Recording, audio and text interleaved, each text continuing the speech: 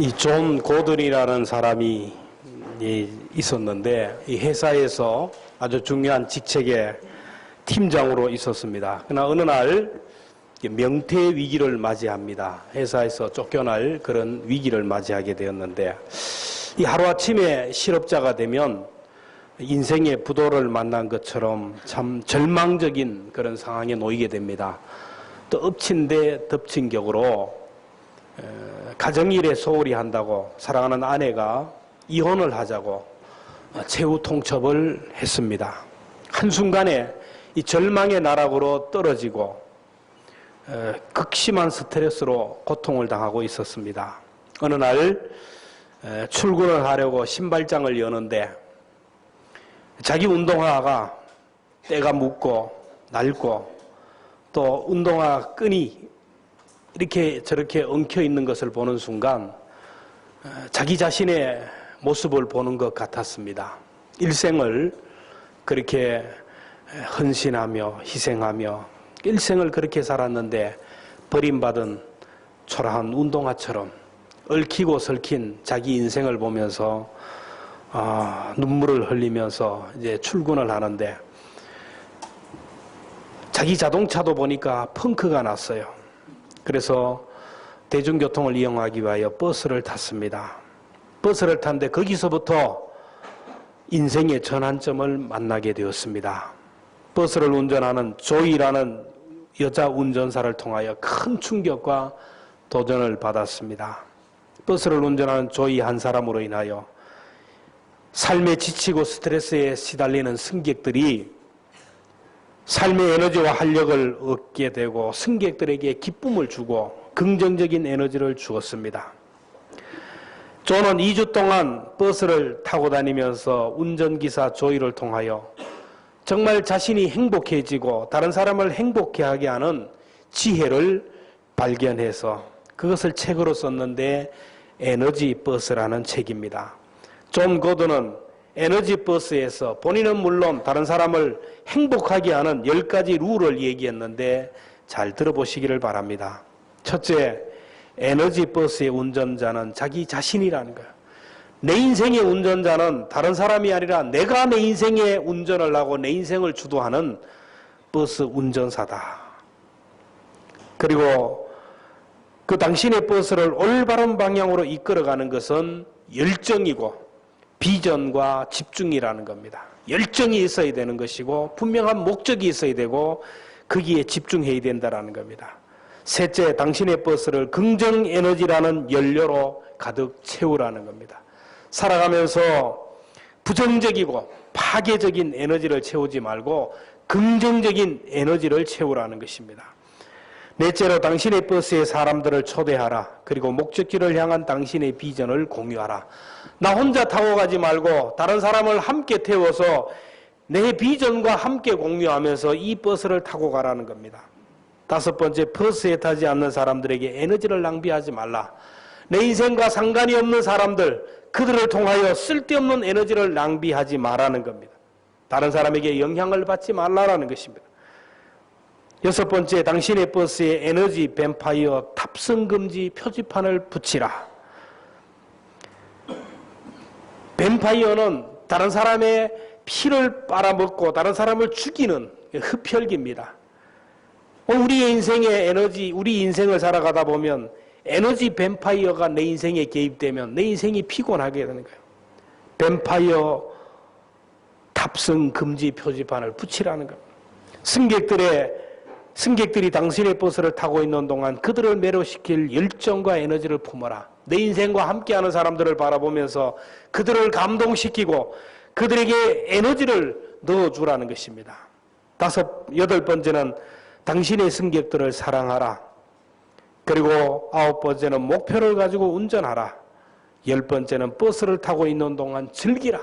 살아있는 동안 즐기라. 내 주어진 삶 속에서 인생을 즐기라는 것입니다. 한마디로 말하면 감동을 주는 삶을 살아가는 것이고 다른 사람을 대접하는 삶을 살아가는 것이고 에너지를 충전시키는 삶을 살아가는 거예요. 뱀파이어 드라큘라처럼 다른 사람의 피를 빨아먹고 다른 사람을 죽이는 존재가 아니라 다른 사람에게 에너지를 충전시키는 삶을 사는 거예요. 우리가 살다 보면 삶의 의욕과 비전을 빼앗고 삶의 용기를 빼앗고 행복과 기쁨의 에너지를 빼앗아 먹는 뱀파이어를 만납니다. 뱀파이어가 외부에서 나타날 수 있지만 때로 내가 또 다른 사람에게 그런 에너지 뱀파이어가 될 수 있다는 겁니다. 그래서 우리는 에너지를 충전시키는 사람이 되고 그리고 사람을 감동을 시키는 사람이 될지언정 에너지를 빼앗는 사람이 되면 안 됩니다. 우리가 주님 앞에 서는 순간까지 감동을 시켜야 되고 에너지를 충전시켜야 되는 대상 세 가지가 있습니다. 첫째는 나를 감동시키고 내 영혼의 에너지를 채워야 됩니다. 내가 나를 감동시키지 않고 내가 나를 축복하지 않고 내가 나를 돌보지 않고 내가 나를 세우지 않으면 누가 나를 세워줄 사람이 없습니다. 보면 자기 자신을 대접하지 못해서 자기 자신을 제대로 축복하지 못해서 이 세상을 천덕꾸러기로 살다가 죽어서 지옥에 떨어지는 사람이 많아요. 나를 감동시키고 나를 대접한다는 것은 나를 나되게 하는 내 영혼의 피로를 채우는 거예요. 내 영혼이 잘 되어야 범사가 잘 되고 내 영혼이 잘 되어야 인생이 행복하게 됩니다. 나를 물질의 노예로 붙들어 놓는 사람, 나를 명예욕으로 사로잡아 놓는 사람, 나를 자존심으로 세상의 쾌락으로 붙들어 놓는 사람은 불행한 사람이에요. 그래서 나 자신을 그 모든 것들로부터 자유하게 해야 됩니다. 그래서 내 영혼이 마음껏 자유하게 해서 하늘과 땅을 오고 가는 영혼, 세상의 모든 것들로부터 자유하는 영혼으로 만들어야 돼요. 이것이 나를 대접하는 것이고 내 영혼의 피로를 채우는 겁니다. 저는 가끔씩 기도하면서 저의 영혼을 볼 때가 있어요. 여러분도 그런 분들이 있을 겁니다. 힘들고 피곤하고 지칠 때, 영적으로 탈진할 때 하나님 앞에 간절히 기도하다 보면 유체 이탈이 되는 것처럼 저쪽 구석에서 울고 있고 초라한 모습으로 울고 있는 영혼이 보여요. 이 말은 저만 보는 게 아니고 제가 기도하면 가끔씩 우리 성도들의 영혼들도 보인다라는 거예요. 겉은 멀쩡하고 겉은 치장해서 부족한 것 없는 것 같은데 그 영혼을 보면 바짝 말라가지고 뼈만 낭상하게 있고 눈만 방사하게 있고 일어나지 못해서 누워있고 초라한 모습으로 있는 영혼들이 보인다라는 거예요. 그래서 오늘 우리는 내 영혼의 피로를 채울 수 있어야 됩니다. 우리 인간은 흙과 하나님의 형상으로 만들어진 존재들인데 이 영혼이 죽어버리면 육으로 치우쳐야 되고 썩어질 세상의 것들만 쫓다가 그렇게 세상과 함께 망하는 존재가 됩니다. 우리 영혼이 죽어버리면 육만 움직이는 고깃덩어리가 되게 결국 하나님이 고깃덩어리인 이 땅을 노아의 홍수를 통하여 청소했습니다. 그 전에 하나님이 탄식하는 모습이 창세기 6장 3절에 나오는데 여호와께서 이르시되 나의 영이 영원히 사람과 함께하지 아니하리니 이는 그들이 육신이 됨이라. 영적인 존재가 되었는데 육이 되었다라는 거예요. 영적인 인간이 육의 인간으로 변화되는 순간부터 영적인 우울증에 빠지게 됩니다. 영적인 우울증에 빠지면 그걸 감당이 안 돼요. 그 사람은 자살하게 돼요. 왜 사람이 육신이 되었고 왜 영적인 우울증에 빠질까요? 내 영혼의 계좌를 채우지 않았기 때문에 그래요. 사람이 물질에 집착하고 명예욕에 집착하고 육신의 쾌락에 집착하고 자존심에 붙들려 살아가는 이유는 자기 속에 영적인 메마름과 갈급함 때문이에요. 내 영혼의 메마름을 갈급함을 채우지 못해서 그래요. 삶의 만족이 없고 마음 한 구석에서 여전히 허전하고 채워지지 않는 공허함이 있어서 그래요. 그걸 채워야 됩니다. 영혼의 갈급함을 채우지 않으면 영적으로 우울증에 빠지게 돼요. 영적인 우울증에 빠지게 되면 결국 사명을 버리게 되고 교회를 떠나게 됩니다. 그런가 하면 교회 일에 열심을 내면서도 영적으로 탈신하고 영적인 우울증에 빠진 사람이 있어요. 몸은 훈련이 되어가지고 그 시간만 되면 교회에 안 씁니다. 시간만 되면 예배하는 것 같지만 그 영혼은 잠들어 있고 그 영혼은 지쳐 있는 것을 봐요. 영적인 탈진에 시달리는 사람이에요. 열왕기상 19장에 보면 엘리야가 영적인 탈진과 우울증에 빠져서 광야로 도망하고 로덴나무 아래서 하나님 앞에 나를 죽여달라고 하는 거예요. 하나님을 믿는 사람이니 자살은 못하고 나를 죽여달라고 이제 그만 살고 싶다고. 엘리야가 영적으로 탈진하고 우울증에 빠진 것은 한순간이에요. 바로 전까지만 해도 3년 6개월 동안 비가 오지 않는 땅을 위하여 기도할 때 비가 내렸어요. 바알과 아세라 선지자 그 850명과 대결해서 하늘에서 불이 떨어지게 했던 사람입니다. 그리고 바알의 선지자 450명을 끌고 기손 시내가에 가서 처형을 했어요. 이런 선지자인데 아합 왕의 부인 이세벨이 바알의 선지자, 자기의 선지자 450명을 죽였다는 소리를 듣고 엘리야에게 내가 24시간 안에 너를 죽이겠다라는 통보를 합니다. 이 소리를 듣는 순간 이 엘리야는 영적인 탈진감에 우울증에 사로잡혀 모든 것을 포기하고 죽여달라고 하나님 앞에 매달렸어요. 다윗도 그랬어요. 삶이 너무 힘들고 너무 고난이 극심해지면 우리가 영적인 우울증에 빠지기 쉬워요. 영혼의 계좌가 바닥나면 낙심과 절망에 사로잡히고 두려움에 사로잡혀요. 다윗은 영적인 장고가 바닥이 날 때 하나님을 향하여 얼굴을 들였습니다. 시편 42편 11절에 보면 내 영혼아 내가 어찌하여 낙심하며 어찌하여 내 속에서 불안해하는가. 너는 하나님께 소망을 두라.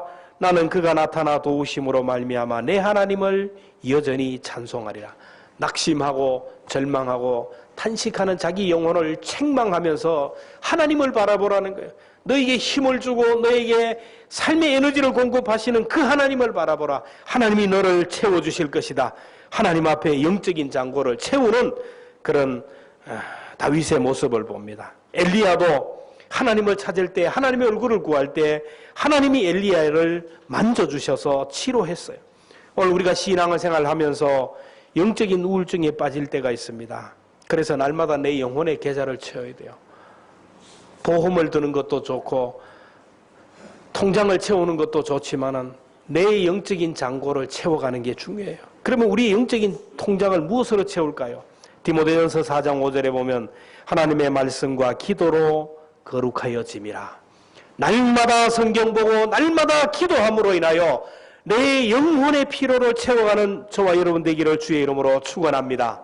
농반기가 되면 한참 바쁜데 이 농산물들은 곡식들은 농부들이 찾아오면 그 발자국 소리를 들으면서 춤을 춘다는 거예요. 물을 대러 오는 농부의 발자국 소리를 들으며 곡식들은 춤을 춥니다. 식물들이 하루가 다르게 자라납니다. 동물들도 먹이를 주면 부쩍부쩍 자라나요. 여러분 이런 것들을 보면서 내 영혼 깊은 곳을 한번 봐야 돼요. 내 영을 보세요. 시간을 정해놓고 매일 꾸준히 하나님의 말씀을 읽어보십시오. 시간을 줬고 꾸준히 하나님 앞에 기도해보세요. 내 영혼 깊은 곳에서 맑은 가락이 흘러나오는 것을 보고 내 영혼이 기뻐 춤을 추며 찬양하는 것을 느끼게 될 것입니다. 하나님의 사람들은 영혼이 살아있는 사람은 말씀 없이는 살아갈 수가 없어요. 이 성도들을 구분할 때 새 같은 성도들이 있다. 새 성도, 새 가족이 아니라 새는 9일을 먹지 않아도 살아요. 하나님의 말씀을 읽지 않고 일주일 동안 말씀을 읽지 않고 주일날 나와서 예배드리고 말씀을 듣고 살아가는 사람을 새 성도라. 그리고 걔는 20일을 먹지 않아도 살 수 있다는 거예요. 한 달에 한 번씩 교회에 와서 말씀을 읽고 듣는 성도들이 있어요. 한 달에 한 번 교회에 출석하는 성도를 무슨 성도라 그래요? 도구 성도라. 안 먹고도 살아요. 기적이에요, 기적. 거북이는 50일을 안 먹고 산대요. 2달에 한 번 교회에 나와서 말씀을 대하는 성도들을 거북이라는 거예요. 오늘 우리는 물고기와 같은 성도들이 되어야 돼요. 예수님 당시 그리스도인들을 표징하는 표시가 뭐냐면 익투스, 물고기예요, 물고기. 물고기 표시가 그리스도인이라는 표지입니다. 익투스라는 말은 그리스도는 하나님의 아들이요 구원자라는 뜻이에요. 왜 그럴까요? 물고기는 물을 떠나서는 한순간도 살 수가 없어요. 오늘 우리는 하나님을 떠나서는, 하나님의 말씀을 떠나서는 내 영혼이 살 수 없다는 것을 기억하며 내 영혼의 피로를 채워가야 돼요. 신앙생활 잘해야 됩니다. 하나님의 말씀을 끊임없이 공급받아야 되고 영혼의 호흡인 기도를 할 때 내 영혼이 살아있게 되고 내 영혼이 힘을 얻어요. 영혼이 잘 되어야 잘 돼요. 내 영혼이 안 되고 내 영혼이 우울하게 되고 내 영혼이 피폐하면 범사가 틀리게 돼요. 둘째로 우리는 다른 사람을 감동시켜야 되고 다른 사람의 감정 계좌를 채워야 됩니다. 성공하는 사람의 7가지 습관이라는 책을 쓴 스티븐 코비 박사는 말하기를 사람과 사람 사이에는 감정은행 계좌가 있다고 했어요. 우리들이 어떤 사람을 만나는 순간 그 사람과 나 사이에 계좌가 개설이 되는데 감정 계좌가 개설이 됩니다. 그래서 두 사람 사이의 관계에 따라서 이 계좌가 잔고가 올라가기도 하고 내려가기도 해요. 부부 간에도 감정 계좌가 있고요. 부자 간에도 감정 계좌가 있고 성도들 간에도 감정 계좌가 있고 오늘 우리 성도들 그리고 이웃 간에도 감정 계좌가 있어요. 은행에 개설된 계좌는 돈을 입금하면 잔고가 올라가고 출금하면 잔고가 떨어지지만 인간관계 속에서 개설된 감정 계좌는 감동을 줄 때 잔고가 올라갑니다. 섭섭하게 하면 잔고가 떨어져요. 자, 어떻게 하면 그 사람 속에 감정 계좌를 올릴 수 있는가? 만나면 인상이 좋으면 감정 계좌가 올라가요. 그렇죠. 그 사람 속에 좋은 감정의 계좌가 있는 사람이 손을 잡으면 영광입니다. 손을 안 씻으려고 그래요. 장동건이하고 악수한 것처럼. 근데 그 사람과의 감정 계좌가 제로고 바닥이 난 사람이 내 손을 잡으면 성추행입니다. 고발합니다. 똑같은 사람이에요. 똑같은 사람인데 누가 만지느냐에 따라서. 그래서 우리는 악수를 할 때도 아무하거나 악수하면 안 돼요. 감정 계좌가 풍성한 사람과 악수를 할 때 되지. 이거는 남자 간의 관계예요. 남자와 여자와의 관계 속에서 그런 거예요. 아무나 손을 잡으면 안 돼요. 성추행으로 걸리게 돼요. 저도 악수를 안 하잖아요. 감정 계좌예요. 감정 계좌. 부부 간에 손을 잡아주면 잡아줄수록 좋아하잖아요. 감정 계좌가 충만하기 때문에 그래요. 내가 상대방에게 친절하게 하고 상대방에게 불친절하게 하에 따라서 그 사람 속에 감정 계좌를 올리기도 하고 내려가기도 해요. 그 사람을 존중하고 배려하고 그 사람의 얘기를 끝까지 들어주고 친절하게 대해주고 관심을 가져주고 허물을 덮어주고 용서하고 이러면 감정 계좌가 쭉쭉 올라갑니다. 불친절하게 되고 인사해도 인사도 안 받고 무시하고 약속을 어기고 교만하면 감정 계좌는 쭉쭉 드러나요. 바닥이 나는 거예요. 통장은 입금하는 만큼 쌓이고 출금하는 만큼 빠지지만 인간관계 속에서는 달라요. 감정 계좌는 쌓기가 힘들어요. 저축하기가 너무너무 힘들어요. 여러분 사람을 감동시키기가 쉽나요?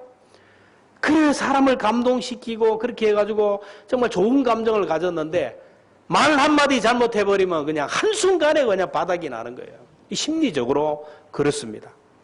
이 계산을 잘해야 돼요. 어떤 사람과 좋은 관계가 됐어요. 내가 그 사람에게 한 7번, 8번, 9번 막 칭찬해가지고 그 사람이 나에 대한 좋은 감정을 가지고 있는데 내가 말 한 번 잘못해버리면 그 감정 계좌에 잔고가 한순간에 빠져버려요. 결국 그것을 회복시키기 위해서는 7번, 8번 좋은 칭찬을 해야 된다는 것입니다. 그래서 내가 평소에 다른 사람을 칭찬하고 격려하고 위로하고 세워주는 말을 하는 사람은 플러스 인생을 사는 사람이에요. 이 사람은 삶이 윤택합니다. 근데 비판하고 정죄하고 비난하고 책망하는 말을 하면 부도 인생을 사는 거예요. 보면 부부 간에도 부도난 가정들이 많고 부자 간에도 부도난 가정들이 많고 그래요. 인간관계 문제가 왜 생기느냐? 부도가 났기 때문에 그래요. 잔고가 바닥났기 때문에 그래요. 부부 간에도 감정이 바닥나면 꼴도 보기 싫어요. 언성이 높아지고 싸우는 거예요. 부부간에 금실이 좋은 가정은 서로 배려하고 예의를 지키는 겁니다. 사랑으로, 관심으로, 정성으로 계좌의 잔고가 떨어지지 않게 해야 됩니다. 원하기는 우리 모두에게 서로 좋은 자극을 주고 좋은 에너지를 충족시키기를 주의 이름으로 축원합니다. 세상을 살면서 스트레스를 받고 감정 계좌가 바닥이 나서 나왔는데 여러분의 따뜻한 사랑으로 따뜻한 배려의 말 한마디로 그 감정 에너지가 충만하면 얼마나 좋아요. 하나님으로부터 감정 에너지를 받고 하나님이 나와 함께 하심을 믿고 감사하면서 영적으로 충만해서 나가려고 하는데 인사를 해도 인사를 안 받으면 그러면 그 은혜가 그냥 한순간에 쏟아져 버려요. 여러분, 여러분의 주위를 한번 살펴보세요. 내가 만나는 사람들, 내가 관계하는 사람들 그 속에 여러분 잔고가 얼마나 됩니까? 나는 저 사람에게 상처를 받았다. 나는 저 사람에게 섭섭하다. 이렇게 얘기하는 사람이 있어요. 근데 돌아보면 내가 상처를 받았다라는 말은 역으로 내가 그 사람에게 상처를 주었다라는 말이에요. 왜 그 사람에게 나에게 상처를 주고 나를 섭섭하게 하는가? 무엇인지 모르지만 내가 그 사람에게 상처를 주었기 때문에, 섭섭한 것을 주었기 때문에 그렇게 오는 거예요. 그러므로 어떤 바닥이 났다 할지라도 지금부터, 오늘부터 꾸준히 노력해서 내가 먼저 채워가면 결국 잔고가 채워지게 된다는, 예수님이 그러셨어요. 예수님의 생애를 보면 오해와 갈등과 비난과 배신을 받았어요. 미움을 받았어요. 그럼에도 불구하고 그분은 자기 백성을 사랑하시되 끝까지 사랑하셨다. 죽기까지 용서했어요. 그 사랑이 온 인류를 감동시켰어요. 주님은 말씀합니다. 오른뺨을 때리면 왼뺨도 돌려대고, 속옷을 갖고자 하면 겉옷까지 벗어주고, 억지로 오리를 가자 하면 심리를 깔아. 누구든지 남에게 대접을 받고자 하는 대로 너희도 남을 대접하라. 내 인생이 외로운 사람은, 내 주변의 사람이 나를 자꾸 힘들게 하고 내 주변의 사람들이 나를 피곤하게 한다면 그 사람 감정 계좌에 잔고를 자꾸 채워야 돼요. 사랑으로 채워야 됩니다. 그래서 부정적인 말이 아니라 긍정적인 말, 칭찬하고 격려하고 위로하는 말을 가득 채워가면 그 사람의 감정 계좌가 가득하게 되면 우리 관계는 거기에 하나님의 나라가, 하나님의 나라는 여기 있다 저기 있다 할 것이 아니고 너희 안에 있느니라. 사람과 사람 사이에 하나님의 나라가 임한다. 다른 사람을 대접함으로 인하여 하나님의 나라를 누릴 수 있기를 주님의 이름으로 축복합니다. 마지막으로 하나님을 감동시키고 하늘의 계좌를 채워야 돼요. 하늘나라 보물창고에 저와 여러분의 이름으로 개설된 통장이 있습니다.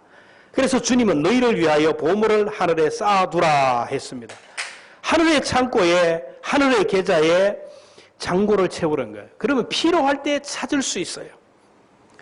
우리 고객을 감동시키면 고객의 지갑이 열리듯이 우리가 하나님만 감동시키면 하늘문이 열려요.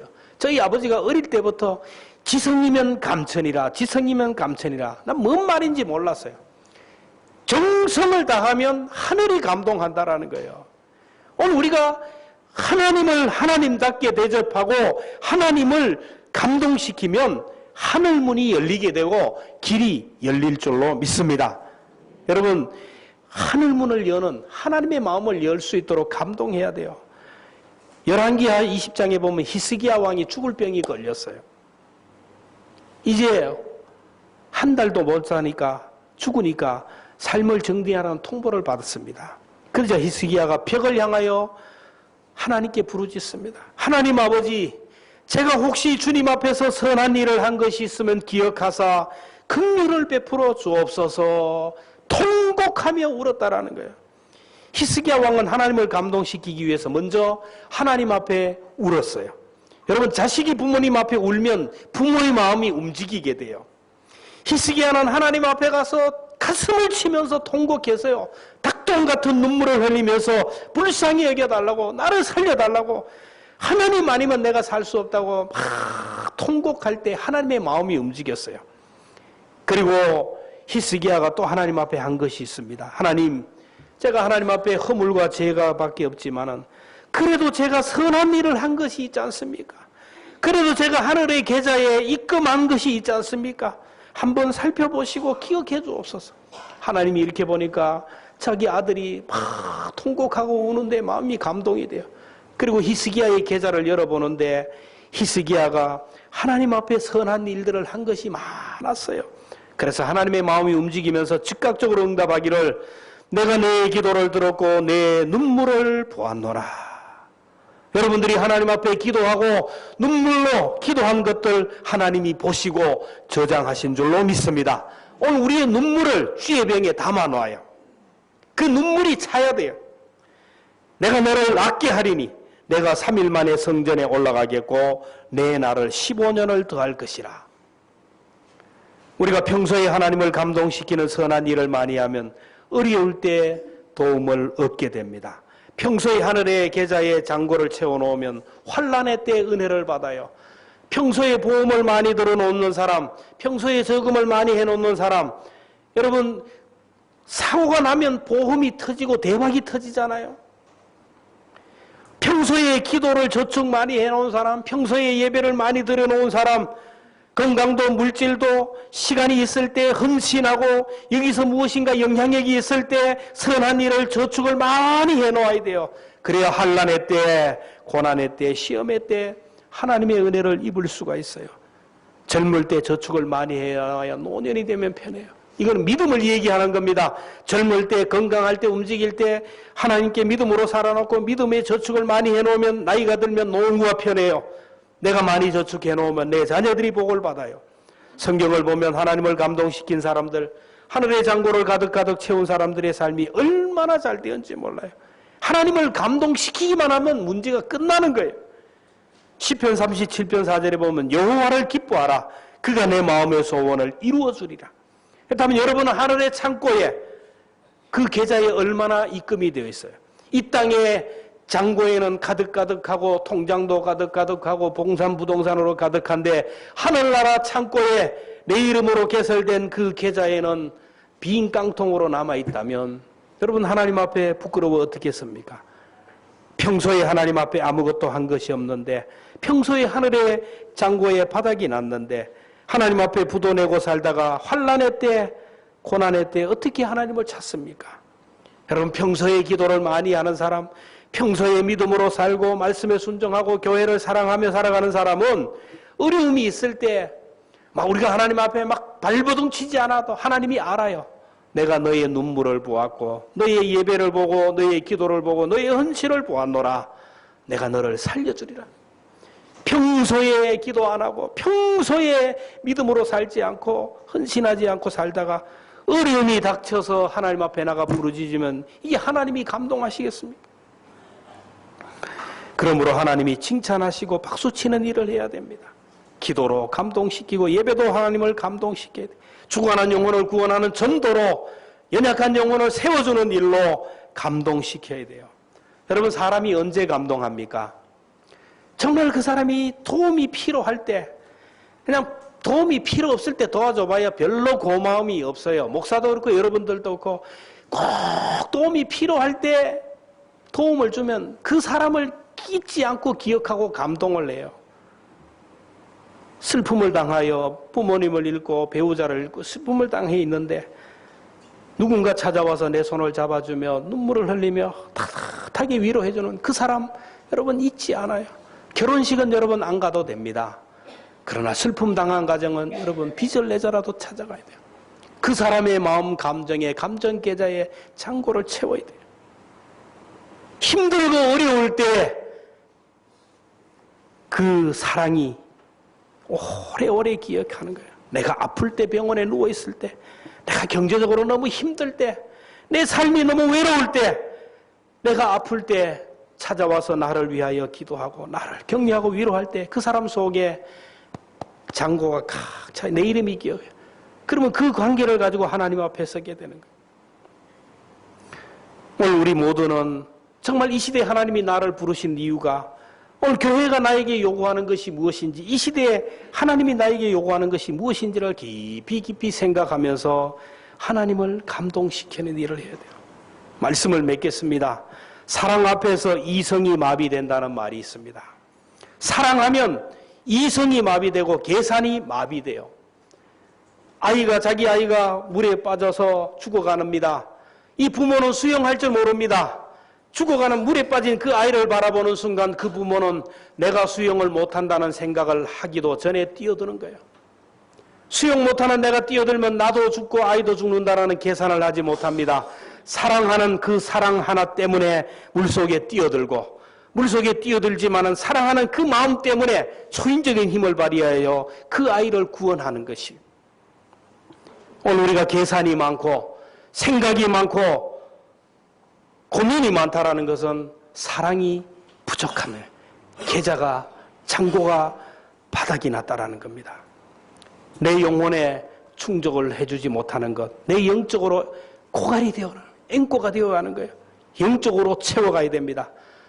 고난당하는 이웃들을 바라볼 때, 고난당하는 사람들을 바라볼 때 그 사람의 일과 나와는 전혀 상관이 없는 것으로 생각한다면 감정 계좌가 메마른 거예요.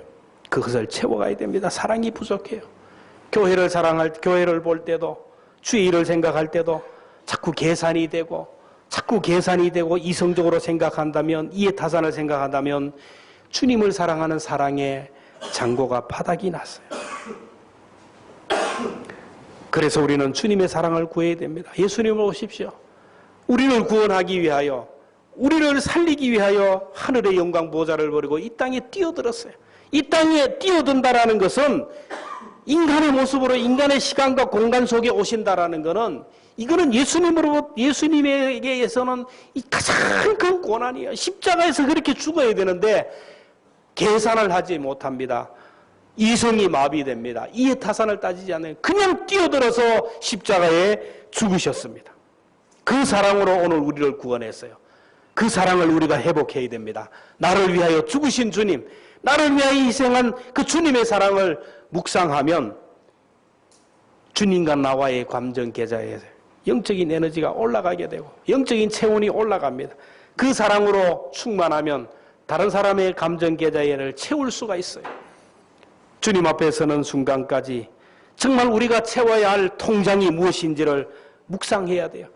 내 영혼의 통장을 채워야 되고 다른 사람의 감정 계좌를 채우고 하늘의 창고에 가득가득 채워서 이 세상이 행복하고 영원한 삶이 행복한, 지금의 삶과 다음의 생애가 영원히 행복할 수 있는, 풍성함을 누릴 수 있는 그런 영혼의 저축이 저와 여러분을 통하여 있기를 주의 이름으로 축원합니다.